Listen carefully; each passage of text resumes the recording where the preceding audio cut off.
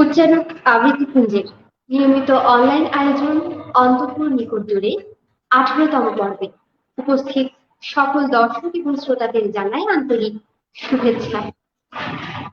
আজকে আমাদের অন্তপুর নিকট দূরে আমাদের সঙ্গে কথামালায় অতিথি আলোচক হিসেবে উপস্থিত থাকছেন জেলা শিল্পকলা একাডেমি চট্টগ্রামের সাধারণ সম্পাদক, বাংলাদেশ গ্রুপ থিয়েটার ফেডারেশনের বিভাগীয় সাংগঠনিক সম্পাদক এবং নাট্যজন সাইফুল আলম বাবু। বাবু ভাইকে স্বাগত জানাই আমাদের আজকের অনুষ্ঠানে। এ পর্যায়ে উচ্চারককে শুভেচ্ছা। ধন্যবাদ দাদা।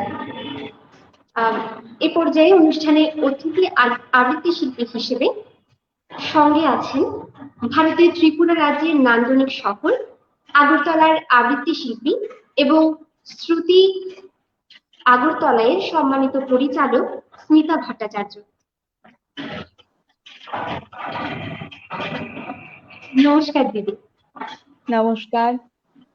নমস্কার।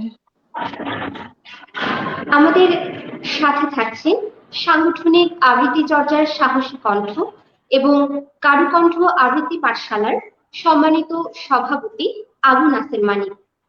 যান্ত্রিক গোলযোগের কারণে তিনি আরেকটু পর আমাদের সঙ্গে যুক্ত হবেন।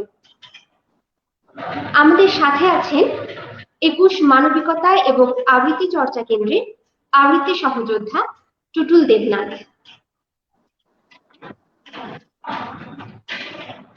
নমস্কার দাদা। এবং আমাদের সাথে আরো যুক্ত আছেন উচ্চারক আবৃত্তি কুঞ্জের সদস্য অর্মিকা বিশ্বাস, যিনি এই মুহূর্তে নারায়ণগঞ্জ থেকে আমাদের সাথে যুক্ত হয়েছেন। স্বাগত দিদি আমাদের আজকের অনুষ্ঠানে। ধন্যবাদ।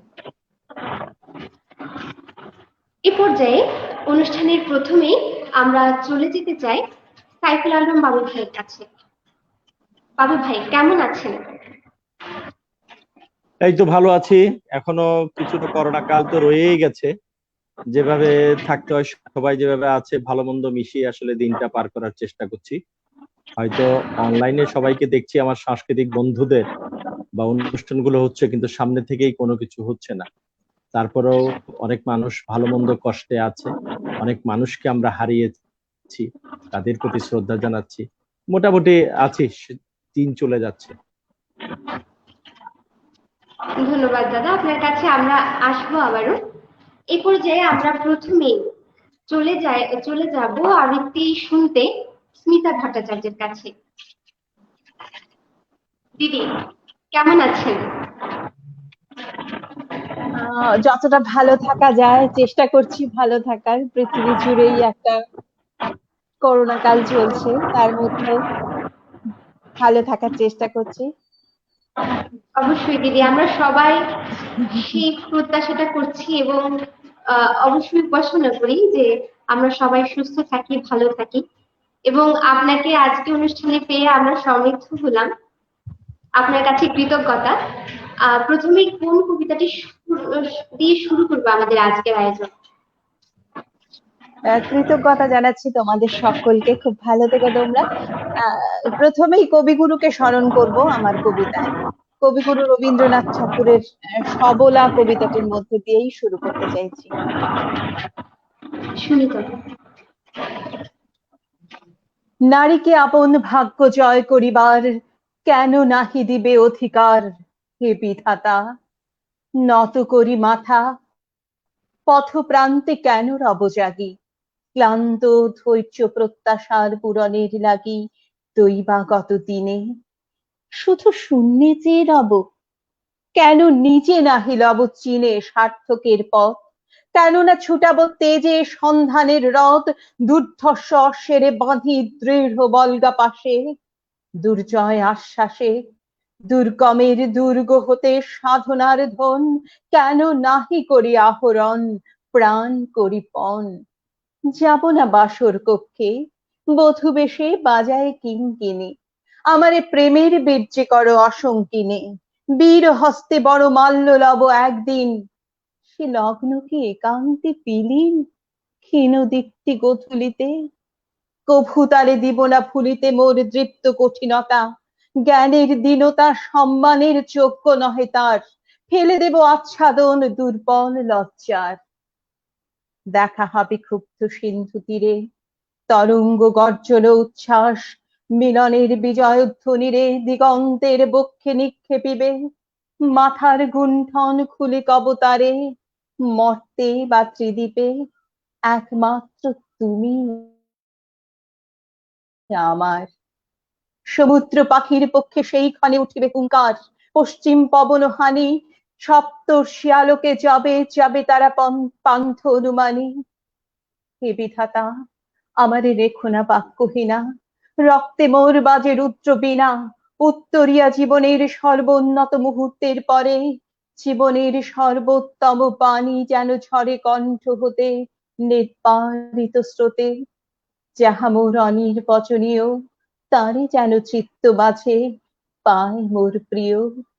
সময় ফুরায় যদি, তবে তার তরে শান্ত হোক সে নির্ঝর নৈঃশব্দের নিস্তব্ধ সাগরে।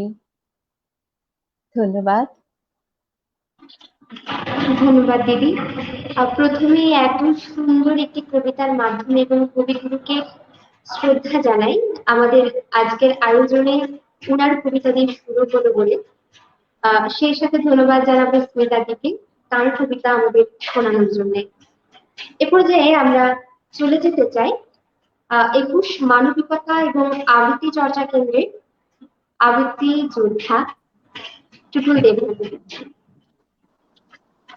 কেমন আছেন দাদা? কিভাবে চলছে দিনকাল? দিদি ভালো আছি। সবাই যেরকমটি বলছিলেন করোনার মধ্যে ভালো মন্দ মিশিয়ে যেভাবে থাকা বা থাকার চেষ্টা, সেই চেষ্টাটাই চালিয়ে যাচ্ছে। অবশ্যই। আমরা প্রথমে আপনার কোন পরিবেশনটি শুনব?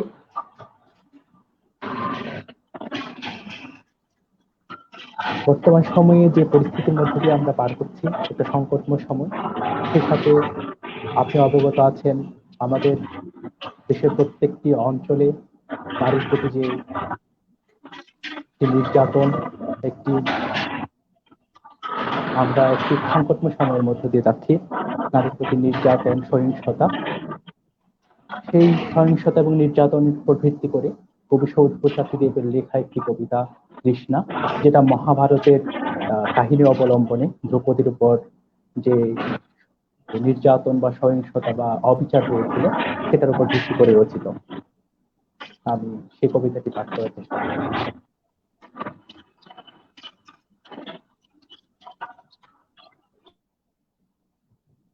আমার কোনো শোক নেই, আমার কোনো বিষাদ নেই, হে কুরবৃদ্ধগণ, আপনাদের নীরবতায় আমার কোনো ক্ষোভ নেই। পিতামহ ভীষ্ম, ক্ষমা করবেন, আপনাকে প্রণতি জানাবার স্থিরতা আছে নেই। আর কর্ণ, তোমার জন্য ঘৃণাও বড় বেশি মনে হয়। আর হে আমার পঞ্চস্বামী, আর যা বর্ত বিজয়ী বীরশ্রেষ্ঠ অর্জুন, শক্তিমান ভীম, নকুল, সহদেব, আর আপনি ধর্মপুত্র, আপনারা সবাই আমার কৃতজ্ঞ অভিবাদন গ্রহণ করুন। আমি সর্বাজ্ঞানী, যজ্ঞভূমির অগ্নি থেকে আমার জন্ম, ধর্মাধর্মের ক্ষুরধার পথ আমার অজানিত। আর্যপুত্র, আপনার বিচার তাই আমার পক্ষে ধৃষ্টতা। আপনার কোনো বিচলন নেই, আপনার ধর্ম আপনাকে রক্ষা করেছে বিকার থেকে। কৃতজ্ঞতা জানান সেই ধর্মকে। ভীমসেন, তোমাকে আমি ভালোবাসা দিইনি কখনো, তাই তা ফিরেও চাইনি। শুধু তোমাকে আমার জিজ্ঞাসা ছিল ফাল্গুনী, ঊর্ধ্বচারী মৎস্যের ছায়ানীল চোখের থেকেও দুর্লক্ষ কি দুর্যোধনের বুক। বলো, বলো সত্যি করে, প্রেম নয় শুধু পৌরষের আস্ফালনই ছিল পাঞ্চালী বিজয়ের পটভূমি। কিন্তু মিথ্যা প্রশ্ন, আমি জানি তোমার কোনো উত্তর নেই, যেমন নেই কোনো ভালোবাসা। তোমার শুধু আশা আছে। কৈশোর থেকে তুমি জেনে এসেছো বীর ভোগ্যা পৃথিবী আর রূপমুগ্ধা নারী। জেনেছো একদিন ধৃতরাষ্ট্রের হাত থেকে ছিনিয়ে নিতে হবে কৌরব উত্তরাধিকার। জেনে এসেছো যেখানে যা কিছু সর্বোত্তম সেখানে পৌঁছতে হবে তোমাকে। শুধু এই কুমারীর লক্ষ্যের দিকে তোমার দৃষ্টি ধনঞ্জয়, তাই অনায়াসে তুমি সরে যাও এক নারী হতে অন্য রমণীতে। তোমার পূর্বপুরুষেরা যেমন একদা এক তৃণ প্রান্তরকে নিঃশেষ করে চলে যেতেন বনান্তরে, এই দ্রুত সবাই দাঁড়িয়ে আমাকে জানতে হলো নারী শুধু কয়েক প্রহরের বিলাস সঙ্গিনী। মণিময় হার, শত সহস্র তরুণী দাসী, দান্ত মাতঙ্গ, গন্ধর্বপের দর্শযুথ, আর আমি পাণ্ডু পুত্রবধূ। এক পংক্তিতে দাঁড়িয়ে আমরা সবাই অপেক্ষায়। পিতৃগৃহে যেমন দেখেছিলাম আহিনীরা দূরগ্রাম থেকে নিয়ে আসে তাদের পসরা, আর তার উপর ঝুঁকে পড়ে লুব্ধ ক্রেতার দল। আমাকে ব্যবহার করার জন্য তেমনি উন্মুখ হয়ে আছে যারা আমার প্রতির আত্মীয়, আর আমাকে আমাকে বিলিয়ে দিচ্ছেন যারা, তারা আমার পঞ্চস্বামী। বিবাহের মঙ্গলসূত্র হাতে রেখে যারা একদিন আমার উপর নিয়ম সিদ্ধ করেছিলেন তাদের অধিকার। না, শুধু এই রত্নমণ্ডিত সভাগৃহেই নয়, তারও আগে আমাকে জানতে হয়েছিল আমার কোনো বাসনা নেই, নেই কোনো নিজস্ব ইচ্ছা। অর্জুন, প্রথম দেখার মুহূর্তে আমার হৃদয় দিয়েছিলাম তোমাকে, কিন্তু আমার হৃদয়কে প্রথম আলিঙ্গন করলেন ওই মহাভাগ যার খ্যাতি ধর্মপুত্র বলে। ইন্দ্রপ্রস্থের সদু শিখরে যখন আশ্রে পড়তো নববর্ষার জলধারা, যখন আমার কামনা ছুটে চাইতো তোমাকে, আমার অনশ্বকে দেহকে তখন আকর্ষণ করতো অন্য কেউ, যে আমার স্বামী। বসন্ত রজনীতে কিংসুখের প্রমত্ত উল্লাস মুহূর্তে তোমার ব্যাকুল বাহু টেনে নিত আমাকে নয়, অন্য কোনো যুবতীকে। বারে বারে আমাকে সন্তানবতী করেছে পুরুষ, কিন্তু প্রত্যেকে তারা আমার আকাঙ্ক্ষিত নয়। কোনো প্রার্থনা নেই আমার। গুরুবৃদ্ধরা বিলাপ করুন, জ্যেষ্ঠ পাণ্ডব প্রহর গুনুন, কোন পুণ্য লগ্নে ধর্ম রাজ্য নেমে আসবে মাটিতে। ভীম, অনুগ্রহ করে স্তব্ধ হও। নকুল, সহদেব, বিস্মৃত হইও না অগ্রজের প্রতি অটল বিশ্বাসে। আর অর্জুন, অন্তঃপুরে যাও, সেখানে তোমার জন্য স্নিগ্ধ শরীর সাজিয়ে রেখেছে তোমার কোন প্রেয়সী। শোক নয়, লজ্জা নয়, এই রাজগৃহে দাঁড়িয়ে আমি জানলাম প্রেম নয়, অধিকার নয়, নারী শুধু প্রয়োজনে। জানলাম এখানে কোনো ভেদ নেই, ধর্মপ্রাণ যুধিষ্ঠির, শক্তিমান ভীম, প্রেমিক অর্জুন আর লোলুপ ধৃতরাষ্ট্র নন্দনদের মধ্যে। প্রতিকার চাইছি না, যা শুধু বিলাসের সেই বস্ত্র ছিনিয়ে নেয় যদি কোনো দুঃশাসন। আমি কাঁদছি না, চারপাশে ভাসানের ডিঙ্গায় পশুদের উদ্দাম নাচের ভঙ্গি আমি দেখছি না।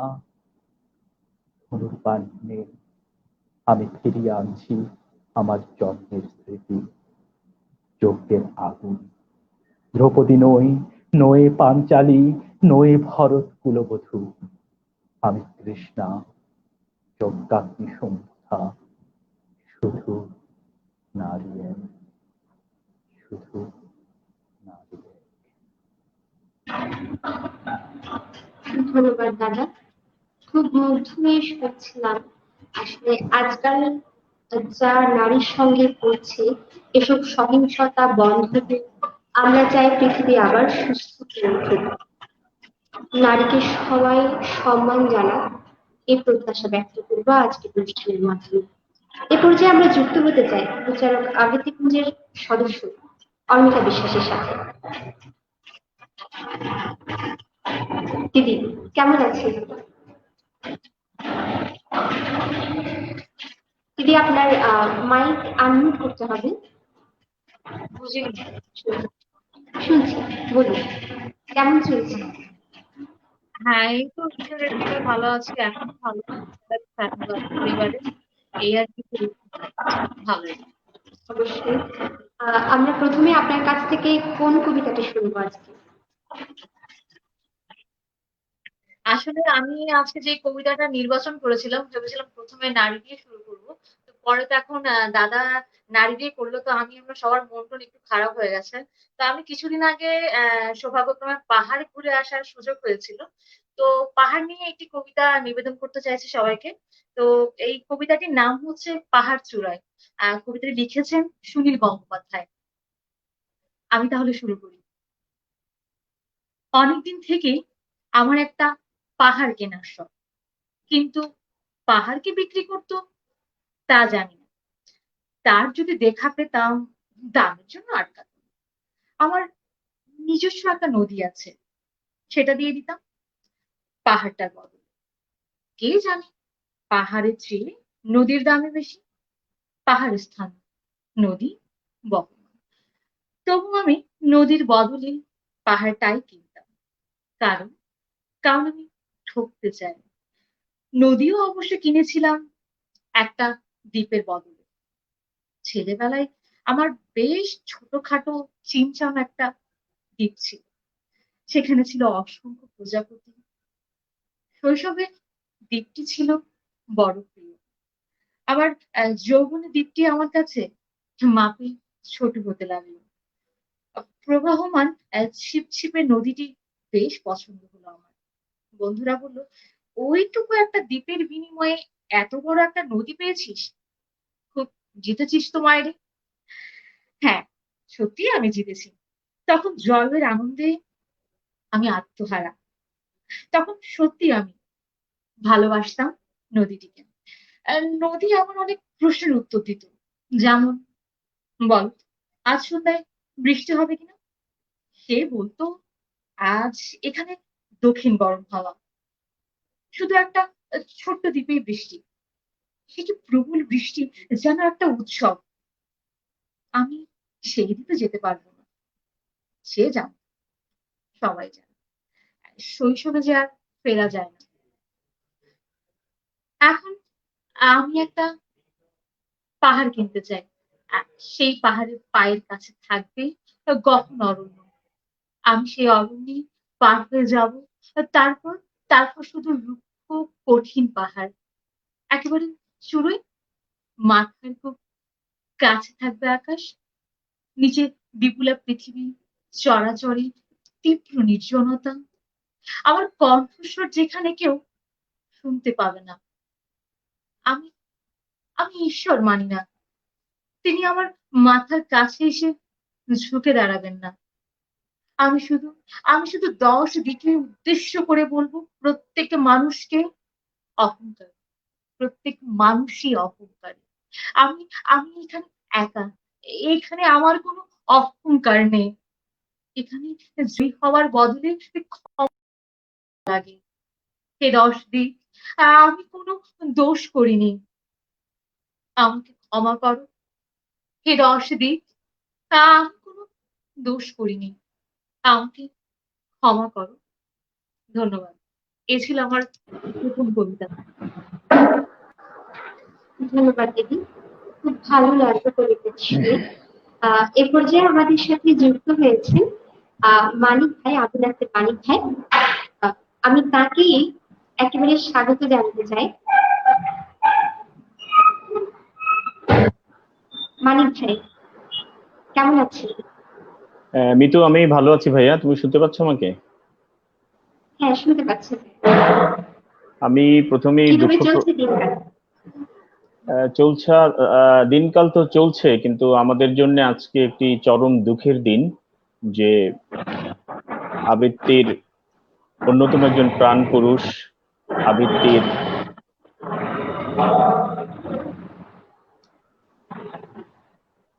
আবৃত্তির বাতিঘর প্রদীপ ঘোষ আজকে প্রয়াত হয়েছেন।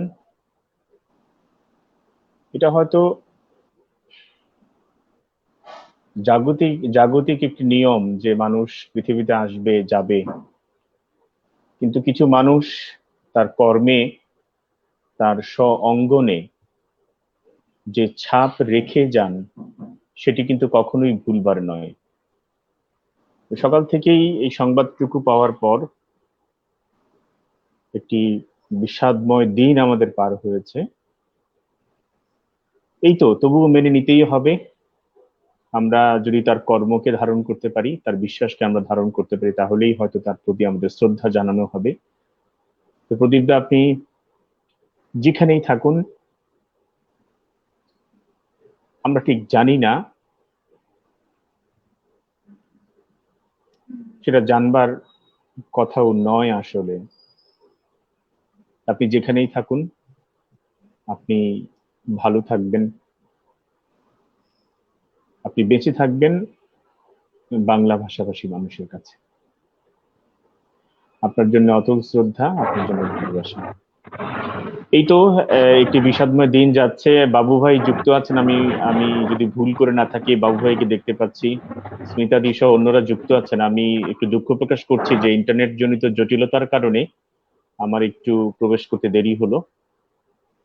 তো উচ্চারকের জন্য শুভকামনা, যারা যুক্ত হয়েছেন স্মিতাদি, বাবু ভাই সহ সবার জন্য ভালোবাসা।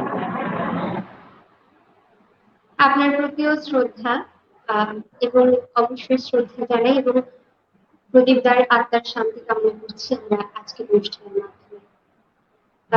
মানিক ভাই, প্রথমে আপনার কাছ থেকে আজকে কোন কবিতাটি শুনবো?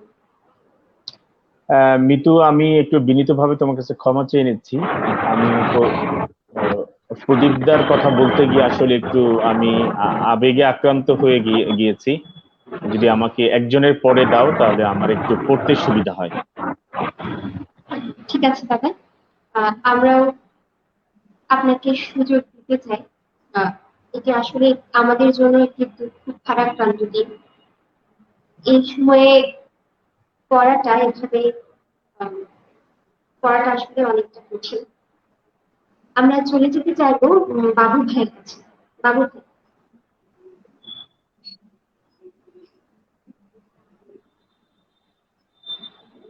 বাবু ভাই, এই যে অনলাইন যে আয়োজনগুলো হচ্ছে, হ্যাঁ, শুনতে পাচ্ছি। অনলাইন যে আয়োজনগুলো হ্যাঁ, হচ্ছে, আহ এবং বর্তমান যে পরিস্থিতি, চারপাশে করোনা পরিস্থিতি, সেই সাথে নারীদের প্রতি একটি সহিংসতা দেখতে পাচ্ছি একরকম। এই সব বিষয়গুলো নিয়ে আপনার মতামতটা কি? এবং সেই সাথে এইসব অনলাইন যে আয়োজনগুলো হচ্ছে, এই অনলাইন আয়োজনগুলো কতটুকু ফলপ্রসূ মানুষের মানসিক শান্তির ব্যাপারে আপনার কি মত? আপনি নাটকের সঙ্গে আছেন, সেই দিক থেকে যদি বলুন। হ্যাঁ, হ্যাঁ, ধন্যবাদ মিতু।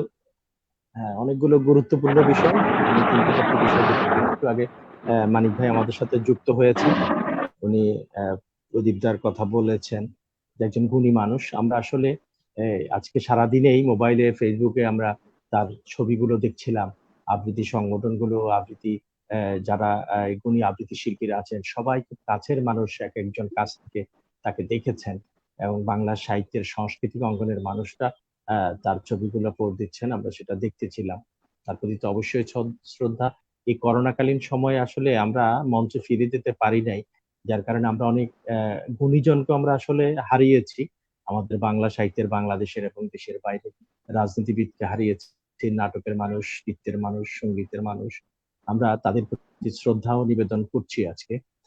এই করোনাকালীন সময়ে দীর্ঘ ৬ মাস আমরা আসলে ঘরের মধ্যেই আছি। আমাদের সবকিছু এই মুহূর্তে খুলে গেলেও সাংস্কৃতিক অঙ্গনটি খোলেনি। আমরা শুরু থেকে ১ মাস হয়তো দেখছিলাম বা ২ মাস দেখছিলাম যে আসলে অনলাইন বা ডিজিটাল পদ্ধতিতে কিছু করা সম্ভব কিনা বা করা যায় কিনা। সংগঠনগুলোর এক ধরনের ভাবনাও তৈরি হচ্ছিল। তারপরে আস্তে, আস্তে সেটি শুরু হলো। এই শুরু হওয়ার ফলে আমরা এখন যেটা দেখতে পাচ্ছি, সারা বাংলাদেশের সীমাবদ্ধ নয়, বাংলাদেশ থেকে পার্শ্ববর্তী দেশ ভারতের যোগসূত্র, এখান থেকে অন্যান্য ইউরোপের দেশগুলোতেও আমাদের শিল্পী বন্ধুরা, সাংস্কৃতিক বন্ধুরা বিভিন্ন সংগঠনের অনুষ্ঠানে যুক্ত হচ্ছেন। এটি অবশ্যই একটি গুরুত্বপূর্ণ মাধ্যম বলবো আমি এই মুহূর্তে, যে করোনায় মঞ্চ বন্ধ থাকলেও আমাদের অনুষ্ঠান, সংস্কৃতি কর্মীদের মুখের বাণী বা উচ্চারণ বন্ধ হয়নি। করোনা সেটা হয়তো কিছুটা পারেনি। আমরা এই ডিজিটাল পদ্ধতিতে আমাদের অনুষ্ঠানগুলো চালিয়ে গেছি। এতে করে সংস্কৃতি কর্মীদের বন্ধন গুলো আগের মতোই রয়ে গেছে। একে অপরকে দেখতে পাচ্ছি, জানতে পাচ্ছি, শুনতে পাচ্ছি। শুধু যে অনুষ্ঠান তা নয়, পারস্পরিক ভাব বিনিময় গুলোও হচ্ছে আমাদের।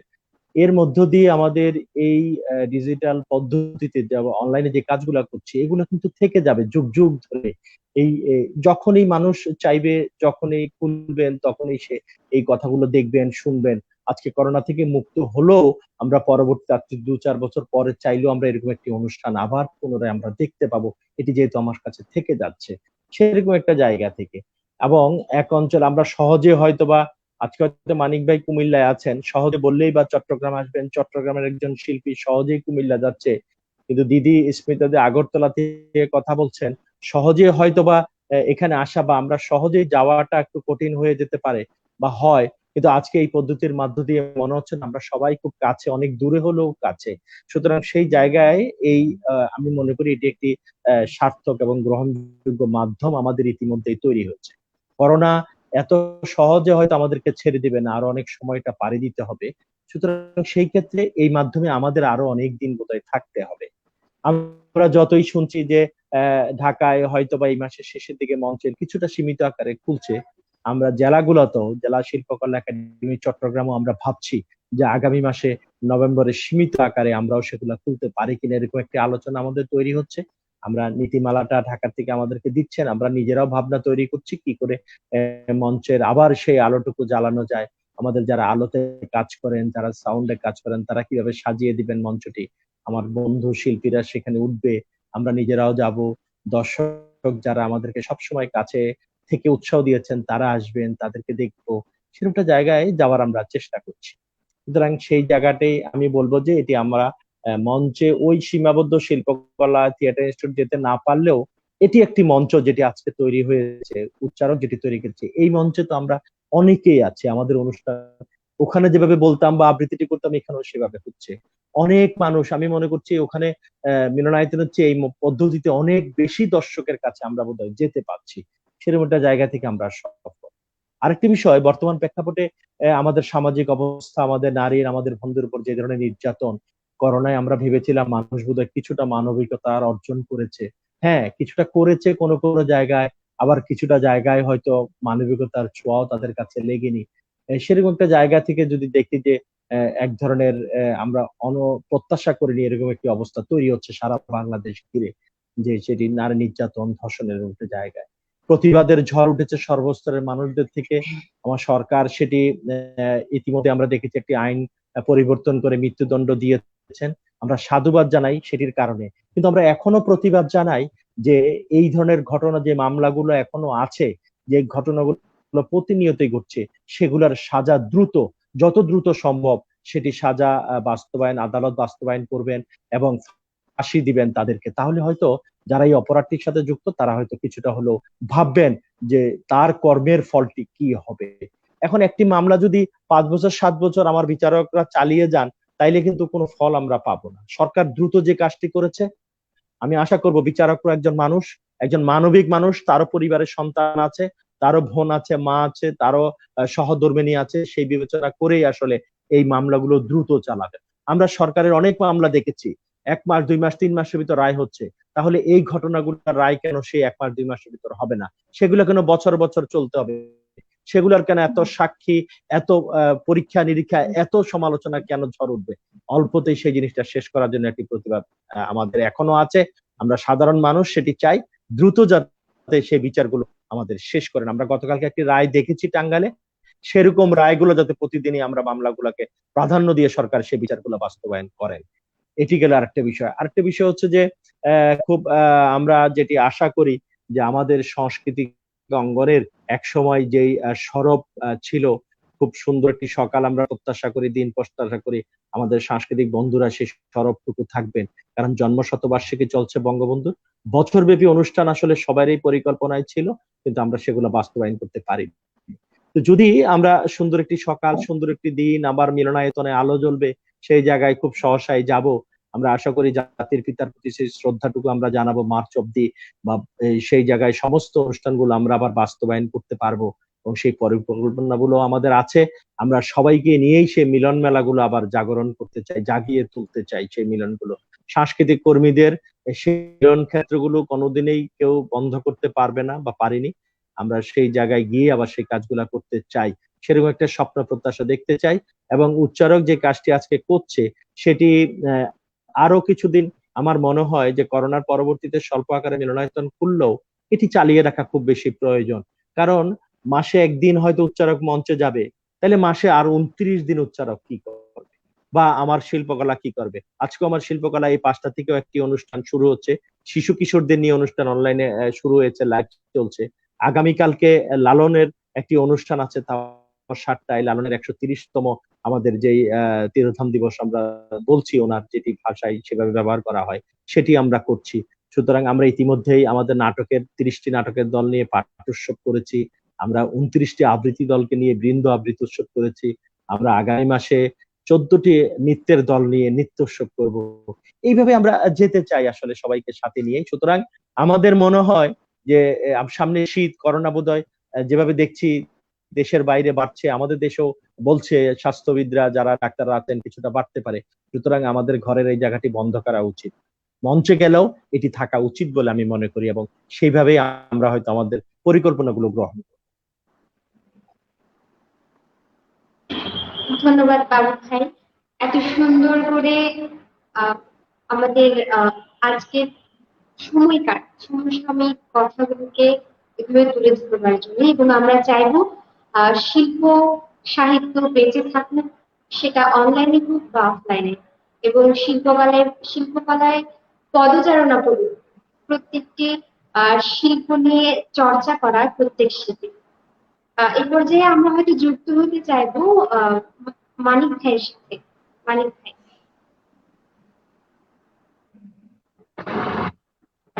আহ, এ পর্যায়ে আপনার কাছ থেকে কি শুনতে পাবো? আমি অন্য মাইক্রোফোনগুলো যদি একটু মৃত বন্ধ করে দেয়া হয় তাহলে মনে হয় ভালো হয়। আমি অনুরোধ করব সবাইকে। আমি বাবু ভাইকে শ্রদ্ধা জানাচ্ছি, বাবু ভাই অসাধারণ কিছু কথা বললেন, বাবু ভাইয়ের প্রতি কৃতজ্ঞতা।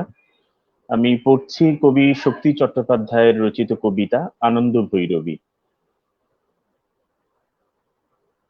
আজ সেই ঘরে এলায় পড়েছে ছবি,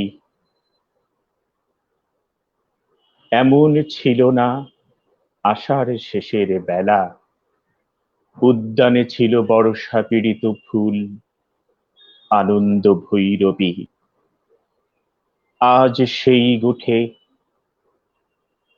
আসে না রাখাল ছেলে, কাঁদে না মোহন বাঁশিতে বটের মূল, এখনো বর্ষা কোদালে মেঘের ফাঁকে বিদ্যুৎ রেখা মেলে।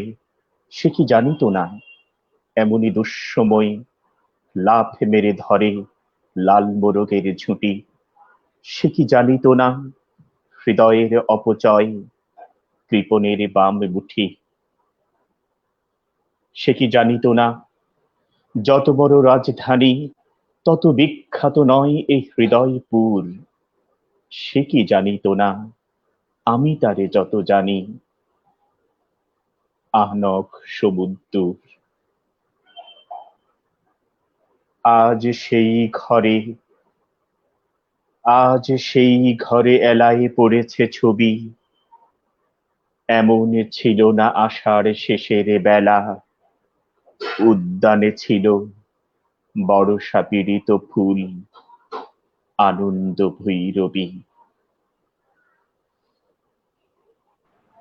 ধন্যবাদ মানিক ভাই, এত সুন্দর করে আমাদের আজকের অনুষ্ঠানে আপনার আবৃত্তিটা শোনানোর জন্য এবং আমাদের অনুষ্ঠানকে সমৃদ্ধ করার জন্য।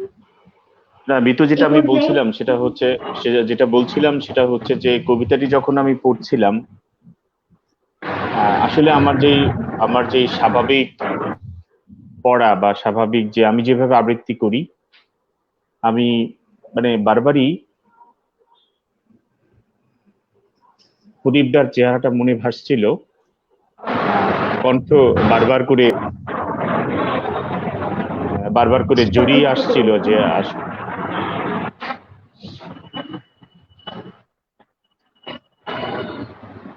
আসলে একটি নক্ষত্র পতন হলো আমাদের আবৃত্তি অঙ্গনে, এবং মানিক ভাইয়ের আসলে আমার ভাষা নেই বলার। মানিক ভাইকে কিভাবে সান্ত্বনা দিতে পারি। এটি সবার জন্য একটি শোকের দিন আছে।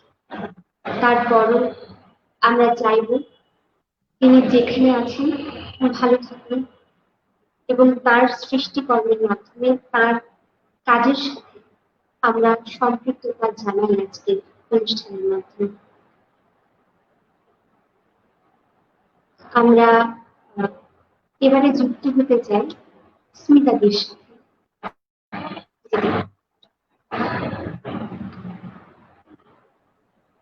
হ্যাঁ, মানিক ভাই অত্যন্ত ভারাক্ত কণ্ঠ নিয়ে কবিতাটি আবৃত্তি করছিলেন এবং উপলব্ধি করছিলাম বিষয়টা। সত্যি আমাদের সবার কাছেই আজকের দিনটা মানে অত্যন্ত দুঃখের। আমাদের একেবারে শৈশবটা কেটেছে যেই সময়টাতে, তখন কিন্তু সেই রকম আবৃত্তি শেখার স্কুল ছিল না। যাদের কণ্ঠ শুনে, রেকর্ডে যাদের কণ্ঠ শুনে আমরা আবৃত্তির প্রতি আকৃষ্ট হয়েছিলাম, তাদের মধ্যে অন্যতম ছিলেন প্রদীপ ঘোষ।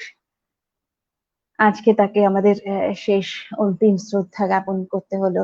আমরা আজকে সারাদিন সত্যি অত্যন্ত ভারাক্রান্ত মন নিয়ে আজকে এখানে কবিতা করতে বসেছি, কবিতার আসরে বসেছি। তাকে এই অনুষ্ঠান থেকে আবারও বিনম্র শ্রদ্ধা জানাচ্ছি। হ্যাঁ, কি বলছিলে? আমরা অবশ্যই প্রদীপদার আত্মার শান্তি কামনা করি এবং সেই সাথে স্মিতাদি, আমরা কি শুনবো এইবারে? আমার এক্ষুনি মানে ওনার কণ্ঠেই ছোটবেলায় শোনা সেই বোঝাপড়া কবিতাটি মনে পড়ছে, আমি শোনানোর চেষ্টা করছি। কবিগুরু রবীন্দ্রনাথ ঠাকুরের লেখা বোঝাপড়া। মনেরে আজ কহ যে, ভালো মন্দ যাহাই আসুক সত্যের লও সহজে। কেউ বা তোমায় ভালোবাসে, কেউ বা বাসতে পারে না যে। কেউ বিকি আছে, কেউ বা সিকি পয়সায় ধারে না যে। কতকটা বা স্বভাব তাদের, কতকটা আবার তোমারও ভাই। কতকটা এ ভবের গতিক, সবার তরে নহে সবাই। তোমায় কতক ফাঁকি দেবে, তুমিও কতক দেবে ফাঁকি। তোমার ভোগে কতক পড়বে, পরের ভোগে থাকবে বাকি। মান্ধাতারি আমল থেকে চলে আসছে এমনি রকম। তোমারই কি এমন ভাগ্য, বাঁচিয়ে যাবে সকল জখম। মনেরে তাই কহ যে, ভালো মন্দ যাহাই আসুক সত্যের লও সহজে। অনেক ঝঞ্ঝা কাটিয়ে বুঝি এলে সুখের বন্দরেতে। জলের তলে পাহাড় ছিল, লাগলো বুকের অন্দরেতে। মুহূর্তে কি পাঁজর গুলো উঠলো কেঁপে আর্তরাবে। তাই নিয়ে কি সবার সঙ্গে ঝগড়া করে মরতে হবে। ভেসে থাকতে পারো যদি সেইটে সবার চেয়ে শ্রেয়। না পারো তো বিনা বাক্যে টুপ করিয়া ডুবে যেও। এটা কিছু অপূর্ব নয়, ঘটনা সামান্য খুবই। শঙ্কা যেথায় করে না কেউ, সেইখানে হয় জাহাজ ডুবি। মনেরে তাই কহ যে, ভালো মন্দ যাহাই আসুক সত্যের লও সহজে। নিজের ছায়া মস্ত করে অস্তাচলে বসে বসে আঁধার করে তোলো যদি জীবন খানা নিজের দোষে। বিধির সঙ্গে বিবাদ করে নিজের পায়ে কুড়োল মারো। দোহাই তবে এই কার্যটা যত শীঘ্র পারো সারো। খুব খানিকটা কেঁদে কেটে অশ্রু ঠেলে ঘরা ঘরা মনের সঙ্গে এক রকমের করে নে ভাই বোঝাপড়া। তাহার পরে আঁধার ঘরে প্রদীপ খানি জ্বালিয়ে তোলো। ভুলে যা ভাই কাহার সঙ্গে কতটুকুই তফাৎ হলো। মনেরে তাই কহ যে, ভালো মন্দ যাহাই আসুক সত্যের লও সহজে। ধন্যবাদ দিদি। ভালো মন্দ যাহাই আসুক সত্যের লও সহজে। আজকে আমাদের কেমন একটি দিন, আজ আমাদের কাছে মন্দের দিন। সেই ওনার কাছেই শোনা সেই ছোটবেলায় চেষ্টা করলাম, একটু ভুল টুল হতে পারে কারণ অনেকদিন করা হয়নি। আজকে মানে ওনাকে স্মরণ করতে গিয়ে হঠাৎই মনে পড়লো এই কবিতাটির কথা। সত্যি আজকের এই দিন কবিতাটি আজ আসলে প্রদীপদার চলে যাওয়ার সাথে আমাদের এই কবিতাটি একেবারে ওতপ্রোতভাবে যেন জড়িয়ে গেল। সেই আমাদের মেনে নেওয়া ছাড়া কিচ্ছু করার নেই। উনি থাকবেন, কবিতায় থাকবেন, আমাদের অন্তরে চিরকাল থাকবেন, এটাই। অবশ্যই এই পর্যায়ে আমরা চলে যেতে চাই 21 মানবিকতা এবং আবৃত্তি চর্চা কেন্দ্রে চতুর্থ দেবনাথের কাছে। দাদা, এই পর্যায়ে আমরা আপনার কাছ থেকে কি শুনতে পাবো? হ্যাঁ দিদি, আমরা সবাই অবগত আছি এই বছর বঙ্গবন্ধু জন্ম শতবার্ষিকী, যেমনটি বাবু স্যার বলছিলেন। আমাদের প্রত্যেকটি সংগঠনের বিশাল আয়োজনের ব্যাপার ছিল, কিন্তু করোনার কারণে সে আয়োজনগুলো সীমিত পরিসরে করতে হচ্ছে। তো বঙ্গবন্ধুকে শ্রদ্ধা জানিয়ে আমি একটা কবিতা করতে যাচ্ছি, কবি নির্মলেন্দু গুণের লেখা, আমি আজকাল রক্ত চাইতে আসিনি। সমবেত সকলের মতো আমিও গোলাপ ফুল খুব ভালোবাসি। রেস কোর্স পার হয়ে যেতে সেসব গোলাপের একটি গোলাপ গতকাল আমাকে বলেছে, আমি যেন কবিতায় শেখ মুজিবের কথা বলি। আমি তার কথা বলতে এসেছি। শহীদ মিনার থেকে খসে পড়া একটি রক্তাক্ত ইট গতকাল আমাকে বলেছে, আমি যেন কবিতায় শেখ মুজিবের কথা বলি। আমি তার কথা বলতে এসেছি। সমবেত সকলের মতো আমিও পলাশ ফুল খুব ভালোবাসি।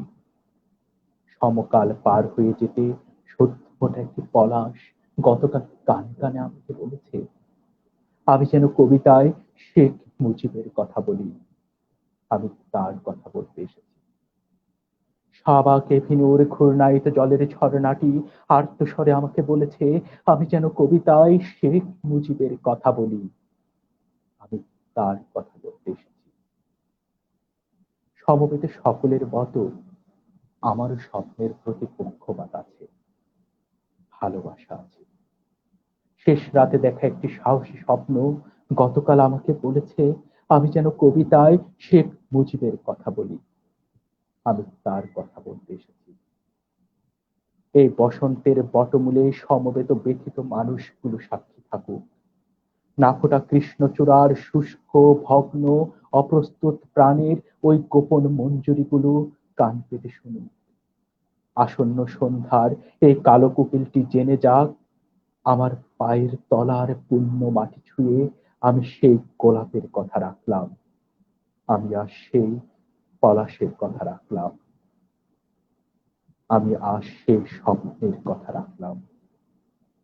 আমি আজকাল রক্ত চাইতে আসিনি, আমি আমার ভালোবাসার কথা বলতে এসেছি। ধন্যবাদ দাদা। শেখ মুজিবুর রহমান আমাদের যে জাতির পিতা, তাকে যেভাবেই বলা হোক না কেন, তিনি আমাদের আদর্শ, আমাদের প্রাণ, সবসময় আমাদের প্রাণে তিনি বেঁচে থাকবেন, এই আশায় আমরা দিন যাপন করছি এবং তার দেখা শোনার বাংলা আমরা গড়ে তুলতে পারবো। শিল্প সাহিত্যেও তার ছাপ আমরা ফেলতে পারবো। এবারে আমরা যুক্ত হতে চাই আবারও মানিক ভাইয়ের সাথে। মানিক ভাই, এই পর্যায়ে হ্যাঁ আমি তোমাকে শুনতে পাচ্ছি। আমি এবারে পড়ছি কবিগুরু রবীন্দ্রনাথ ঠাকুরের কবিতা বাদল ও রাত্রি। কি বেদনা মোর, জানো সে কি তুমি?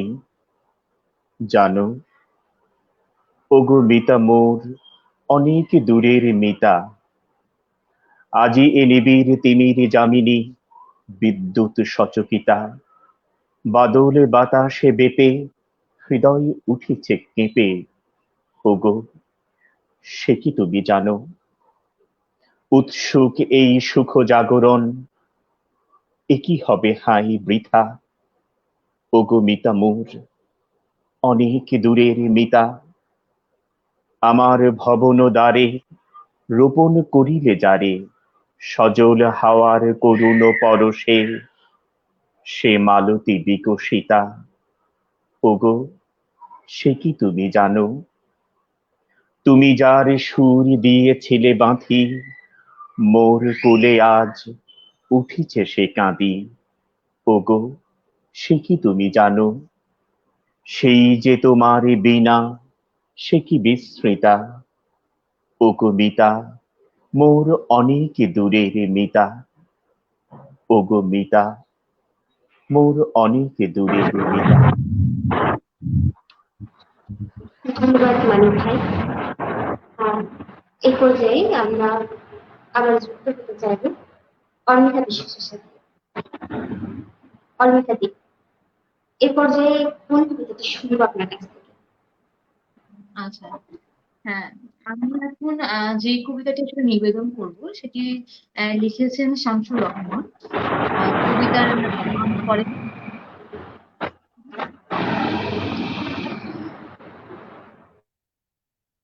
বাজান গো, তুমি কেন আনলা আমারে এই পাত্রের শহরে? এখানে আমাগো গায়ের মতো উদাম সবুজ মাঠ নাই, ক্ষেতের সবুজ আইল নাই, দিঘি নাই, নাই ইদারা, ঘুঘুরে ডাক, সরিষা খেতে প্রজাপতি নাচে না এখানে। আমি আমি পরত্বক এক কালো ছায়া দেখি, আমার উপর বের হম হামেশা নাইমা আসে দাউরের লাহান। বাগান গো, আমি তো আইতে চাই নাই এই ইট পাথরের শহরে। এখানে এখানে আমরে লাহান মাস্টা মায়ারে সিঁড়ি খাইবার চাই মন। শরীরে বসাইয়া দাঁত কোন ঝরে, শুধু ঝরে, বড় জুলুম করে। আমি আমি সকল সময় দেখি এক কালা ভেড়া আমার সাইপা ধরে, আমার নিঃশ্বাস বন্ধ হইবার চাই। একখানা কালো ছায়া সকল সময় আমারে জুলুম করে। হাই খোদা, কালা কোন ঝরে শরীর থেকে, ঝরে সকল সময়। বাজান গো, তুমি কেন আনলা আমারে এ পাত্রের শহর? এখানে আমি আর থাকতে পারুম না, আমার দেহাই ডর এক কালো ছায়া হারা দিন হারা রাত। বাজান গো, বাজান গো, তুমি কেন আনলা আমারে? ধন্যবাদ। ধন্যবাদ দিদি। এ পর্যায়ে আমরা আবারও যুক্ত হতে চাই স্মিতাদের সাথে। দিদি, কি শুনছি এবারে? দিন শেষে, কবিগুরু রবীন্দ্রনাথ ঠাকুর। দিন শেষ হয়ে এলো, আঁধারিল ধরণী, আর বে কাজ নাই তরুণী। হ্যাঁ গো, এ কাদের দেশে বিদেশি নামিনু এসে, তাহারে শুধানু হেসে যেমনি, অমনি কথা না বলি ভরা ঘট ছল চলি, নত মুখে গেল চলি তরুণী, এ ঘাটে বাঁধিব মোর তরণী। নামিছে নীরব ছায়া ঘন বন শয়নে, এ দেশ লেগেছে ভালো নয়নে, স্থির জলে নাহি সারা, পাতাগুলি গতিহারা, পাখি যত ঘুমে সারা কাননে, শুধু এ সোনার সাজে বিজনে পথের মাঝে, কলস কাঁদিয়া বাজে কাঁকনে, এ দেশ লেগেছে ভালো নয়নে। ঝলিছে মেঘের আলো কনকের ত্রিশূলে, দেউটি চলেছে দূরে দেউলে, শ্বেত পাথরেতে গড়া পথখানি ছায়া করা, ছেয়ে গেছে ঝরে পড়া বকুলে, সারি সারি নিকেতন বেড়া দেওয়া উপবন, দেখে পথিকের মন আকুলে, দেউটি জ্বলিছে দূরে দেউলে। রাজার প্রাসাদ হতে অতি দূর বাতাসে, ভাসিছে পূরব গীতি আকাশে, ধরণী সমুখ পানে চলে গেছে কোনখানে, পরাণ কেন কে জানে উদাসে। ভালো নাহি লাগে আর আসা যাওয়া বার বার, বহু দূর দুরাশার প্রবাসে, পুরবী রাগিনী বাজে আকাশে, কাননে প্রাসাদ চূড়ে নেমে আসে রজনী, আর বে কাজ নাই তরুণী, যদি কোথা খুঁজে পাই মাথা রাখিবার ঠাই, বেচা কেনা ফেলে যাই এখনি, যেখানে পথের বাঁকে গেল চলি নত আঁখে, ভরা ঘট লয়ে কাখে তরুণী, এই ঘাটে বাঁধো মোর তরুণী। ধন্যবাদ। ধন্যবাদ দিদি।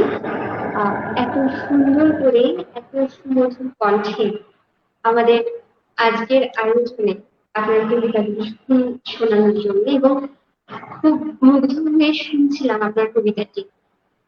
এরপর যে আমরা আবারও যুক্ত হতে চাই টুটুল দেবীদের সাথে। দাদা, এ পর্যায়ে কি শুনতে পাবো?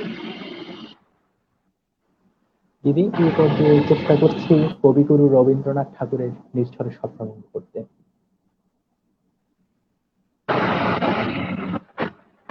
আজি এ প্রভাতে রবির কর, কেমনে বসিল প্রাণের পর, কেমনে বসিল গুহার আধারে প্রভাত পাখির গান। না জানি কেন রে এতদিন পরে জাগিয়া উঠিল প্রাণ, জাগিয়া উঠেছে প্রাণ। ওরে উথলি উঠেছে বাড়ি, ওরে প্রাণের বাসনা, প্রাণের আবেগ রুধিয়া রাখিতে নারী। থর থর করি কাঁপিছে ভূধর, শিলা রাশি রাশি পড়ছে খসে, ফুলিয়া ফুলিয়া ফেনিল সলিল, গর্জি উঠছে দারুণ রোষে। হেথায় হোথায় পাগলের প্রায়, ঘুরিয়া ঘুরিয়া মাতিয়া বেড়াই, বাহিরিতে চাই দেখিতে না পাই, কোথায় কারার দ্বার। কেন রে বিধাতা পাষাণ কেন, চারিদিকে তার বাঁধন কেন, ভাঙরে হৃদয়ে ভাঙরে বাঁধন, সাদ্রে আজকে প্রাণের সাধন। লহরীর পরে লহরী তুলিয়া, আঘাতের পরে আঘাত কর। মাতিয়া যখন উঠেছে পরাণ, কিসের আধার কিসের পাষাণ। উথলি যখন উঠেছে বাসনা, জগতে তখন কিসের ডর। আমি ফালিব করুণা ধারা, আমি ভাঙিব পাষাণে কারা, আমি জগতে প্লাবিয়া বেড়াবো গাহিয়া আকুল পাগল পারা। কেশ এলাইয়া ফুল কুড়াইয়া, রামধনু আঁকা পাখা উড়াইয়া, রবির কিরণে হাসি ছড়াইয়া দিবরে পরাণ ঢালি। শিখর হইতে শিখরে ছুটিব, ভূধর হইতে ভূধরে লুটিব, হেসে খল খল গেয়ে কল কল, তালে তালে দিব তালি।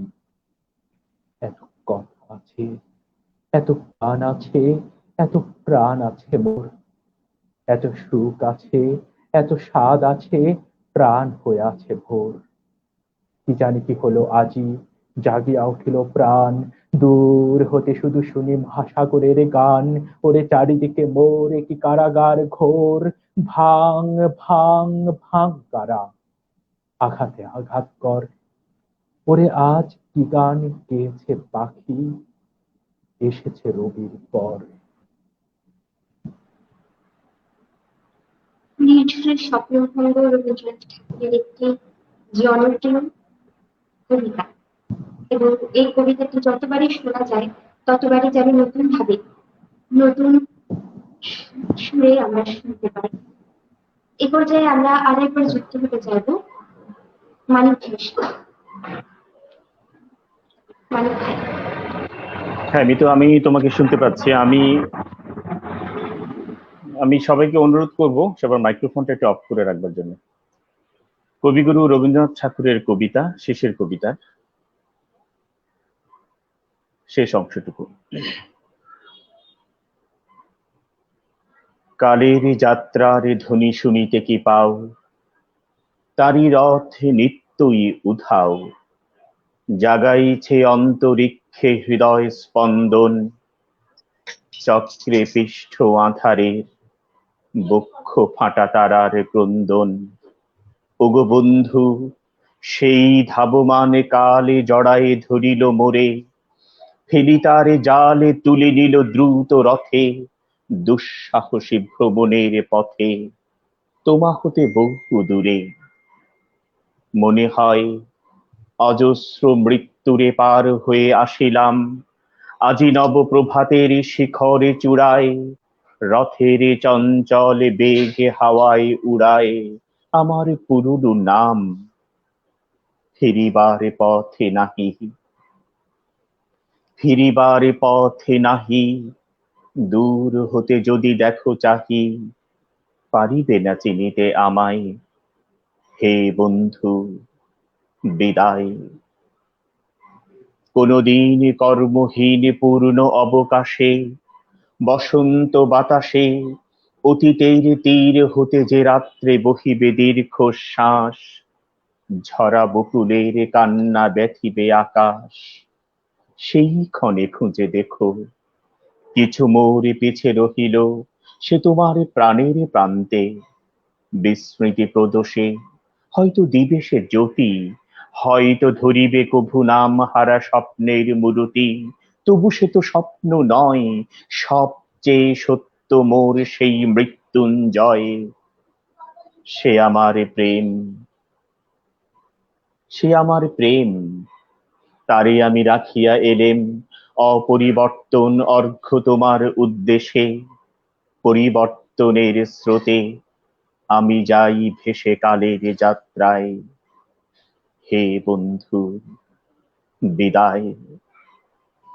তোমার হয়নি কোনো ক্ষতি, মর্তের মৃত্তিকা মোর, তাই দিয়ে অমৃত মূরতি যদি সৃষ্টি করে থাকো, তাহারই আরতি হোক তব সন্ধ্যা বেলা। পূজার সে খেলা ব্যাঘাতে পাবে না মোর প্রত্যহের ম্লান স্পর্শ লেগে। তৃষার্ত আবেগে ভ্রষ্ট নাহি হবে তার কোনো ফুল নৈবেদ্যের থালে।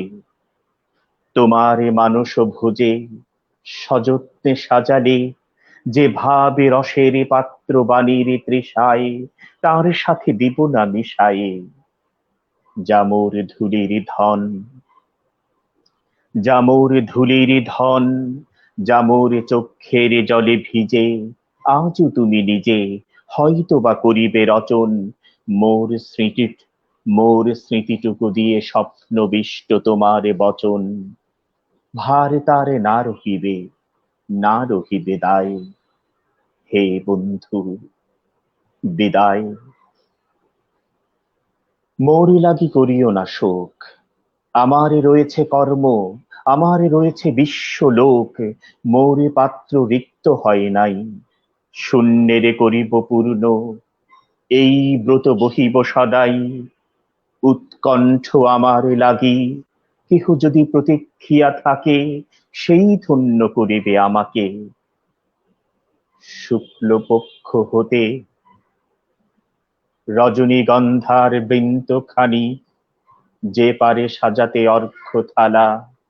কৃষ্ণপক্ষ রাতে যে আমারে দেখিবারে পায় অসীম ক্ষমায়, ভালো মন্দ মিলায়ে সকলি এবারে পূজায় তারি আপনারে দিতে চাই বলি।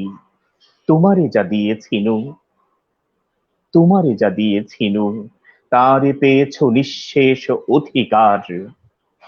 হেথা মোর তিলে তিলে দান, করুণ মুহূর্তগুলি গণ্ডূষ ভরিয়া করে পান। হৃদয় অঞ্জলি হতে মম, ওগো তুমি নিরুপম। হে ঐশ্বর্যবান, তোমারে যা দিয়েছিনু,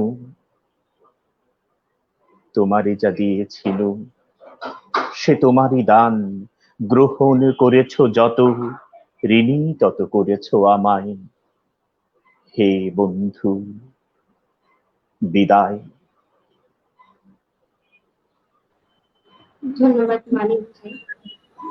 আমরা আমাদের সময়ও প্রায় শেষের দিকে, বিদায় জানাবো আমরা, এবং শেষ পর্যায়ে আমরা যুক্ত হতে চাইবো সাইকুলার বাবু ভাইয়ের সাথে।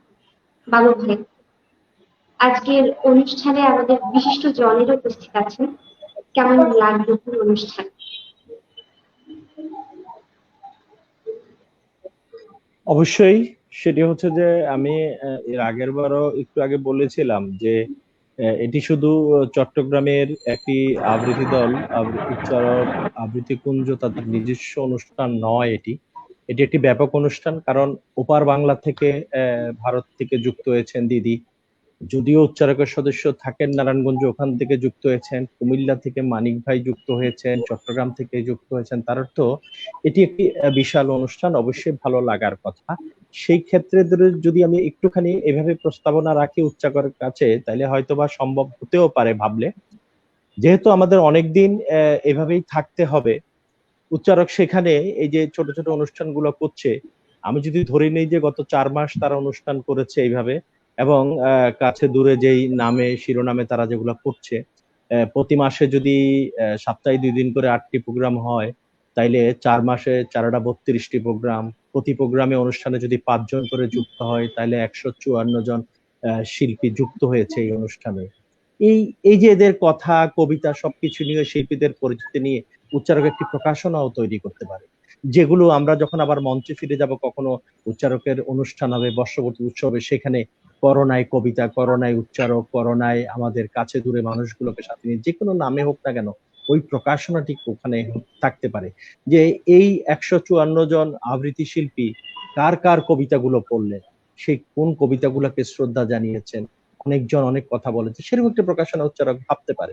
উচ্চারক ভাবতে পারে যে চট্টগ্রামে আমরা যত দূরেই যাই না, না গিয়ে যদি আমরা বলি যে একটা বিভাগীয় আবৃত্তি উৎসব করবে, অনলাইনে করা সম্ভব। আমার 11টি জেলায় প্রতিটা জেলা থেকে যদি 2-3টা করে দল নেয়, 4 দিন 5 দিন ব্যাপী এভাবে 1 ঘন্টার প্রোগ্রাম করলে 4টি 5টি দল করতে পারে, মানে অনুষ্ঠানগুলো করতে পারে। সেই ক্ষেত্রে যদি ধরি যে এইভাবে কাজ যখন চালিয়ে যাবে, তখন হয়তোবা আমরা সবাই সবার কাছে থাকছি, সবাই সবাইকে নিয়ে এখনো আমরা মঞ্চে আছি, এভাবেই ধরে নিই। আজকে আমার কাছে মনে হচ্ছে আমি হয়তোবা উচ্চারকের মহড়া কক্ষের কোনো মঞ্চে বসে কথা বলছি, অথবা আমার শিল্পকলার আর্ট গ্যালারির ছোট্ট মিলনায়তনতে বসে আমরা অনুষ্ঠান করছি, এরকমই আমার কাছে মনে হচ্ছে। আমি কখনো ওই শিল্পকলা বা ঘরে বসে, আমার কাছে কোথাও দূরত্ব মনে হচ্ছে না।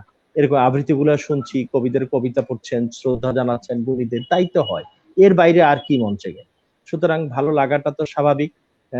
সেই জন্য বলছিলাম যে সংগঠনগুলো আমরা যারা আছি, আবৃত্তি, নাটক, আমি অনেক জানি যে আমার নাটকের যারা নাট্যকাররা আছেন, বেশ জানা কয়েকজন নতুন নাটক লিখেছেন এই করোনা কালে, হয়তো সামনে খোলার পর সেগুলো হয়তো কোনো না কোনো দল করবেন, মঞ্চে আসবে।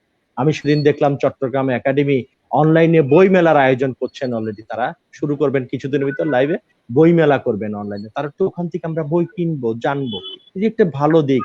প্রতিনিয়তই এই মোবাইলে ফেসবুকে দেখছি কবিরা নতুন নতুন কবিতা লিখছেন, কবিতাগুলো পোস্ট দিচ্ছেন, তার তো ওনারা এক একটা করে কবিতার বই বের করতে পারবে।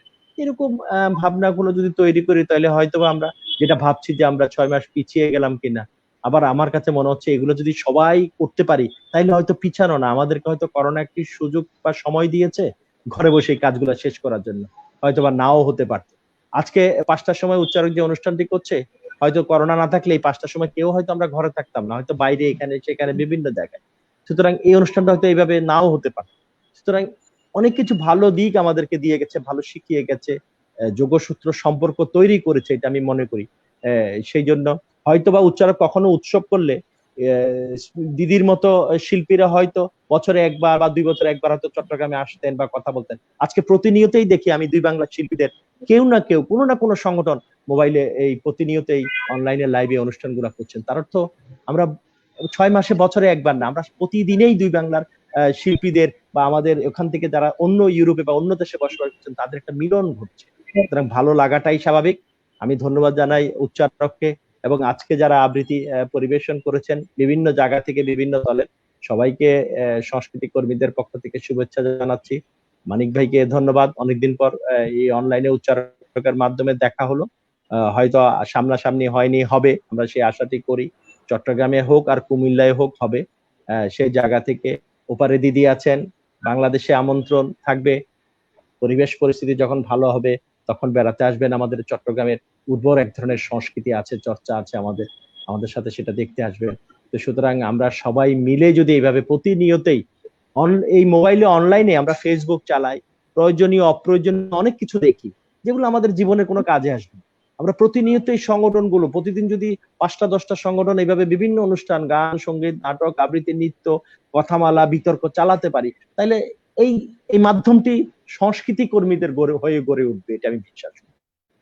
যাই হোক, ফারুক তাহেরকে শুভেচ্ছা, উচ্চারককে কৃতজ্ঞতা আমাকে যুক্ত করার জন্য। ফারুক তাহের লেখালেখি করেন, একজন সাংবাদিক, সে চেষ্টা করলে অনেক কিছুই করতে পারেন। প্রকাশনাগুলো এই 3-4 মাসের কথা কবিতা নিয়ে ভালো একটি প্রকাশনা সে তৈরি করতে পারে, এই বিশ্বাস আমার আছে তার।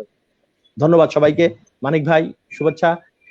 অন্য যারা আবৃত্তি করেছেন আছেন আমার 21-এর বন্ধুরা, উচ্চারকের বন্ধুরা এবং দিদি ওপার থেকে সবাইকে শুভেচ্ছা, ধন্যবাদ। ধন্যবাদ বাবু ভাই, আপনার সুন্দর প্রস্তাবনার জন্য আপনাকে, আপনার প্রতি কৃতজ্ঞতা। এবং আমরা অনুষ্ঠানের একেবারে শেষ পর্যায়ে চলে এসেছি। সবাইকে অগ্রিম শারদীয় শুভেচ্ছা জানিয়ে আজকের অনুষ্ঠানকে এখানে বিদায় নিচ্ছি। ধন্যবাদ।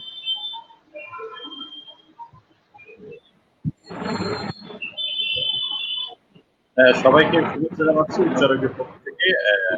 আমাদের অনুষ্ঠান তো শেষ, আমি পরে কথা বলছি।